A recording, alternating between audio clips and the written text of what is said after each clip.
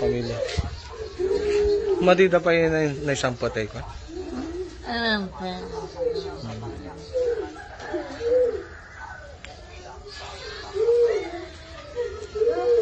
Saan binti?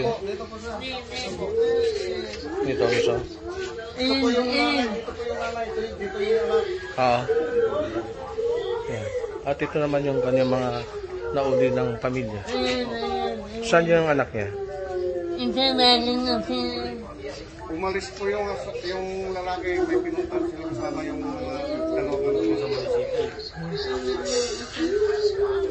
Hello. Kaibigan ako ni Maggie, yung Banyaga.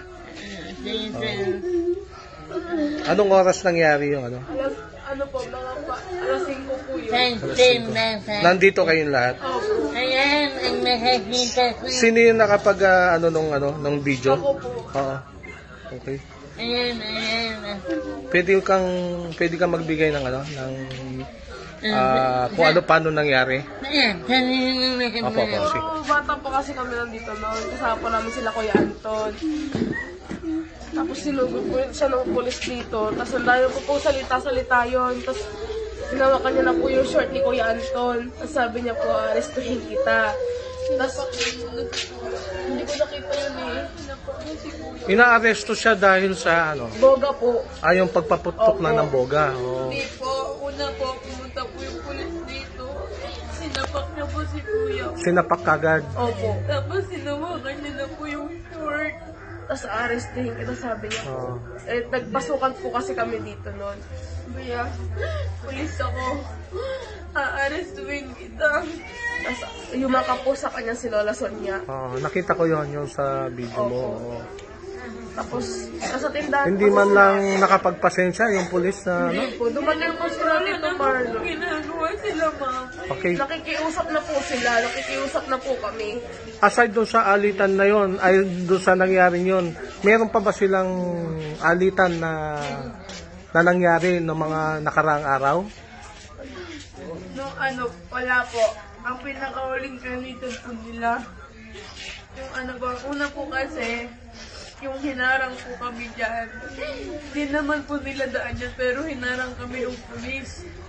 Tapos sinabi niya, anong gusto niyo? Ilabas ko yung pagkadimonyo ko.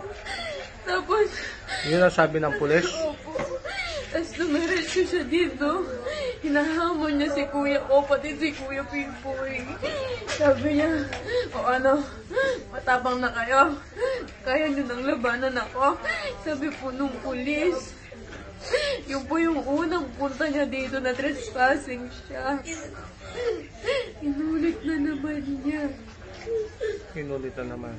Yung ulit na yun, yun na po yung binawian. Yun na po. Okay, anong mensahe nyo doon sa nangyaring pagkamatay ng inyong tatay at lola?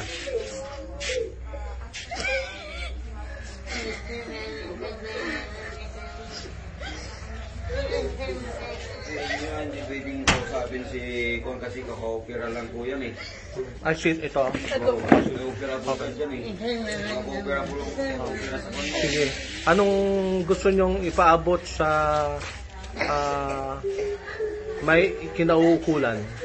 Kayo ba naghahanap ng hustisya para sa hustisya ang inyong gustong mangyari? Opo, lahat sila makulong. Pati po yung mag-ina niya. Pumunta rito, lahat sila, sumugod Opo, sila. tapos yung asawa niya wala man lang pakialam, di man lang umaawat. Tapos yung anak niya nakikialam. Oo.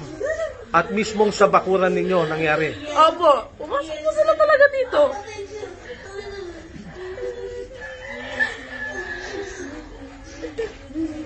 Wala pong ginagawa si ate ko. Sinabunutan niya. Nakikiawat lang po si Ate Tasha. Yung anak niya sinabunutan. Yung anak Sa niya. pulis po, sinabunutan si Ate Tasha. Wala silang po. Okay, nandito po tayo sa bahay ng napaslang na mag-ina na si Sonia at Nanay Sonia at si Anton. At nasaksihan natin At nakita natin ang kalagayan ng pamilya Rufino rito. At hustisya po ang hinihingi ng pamilya Rufino dahil hindi ho makatarungan ang ginawa ni Junel na isang pulis Parañaque.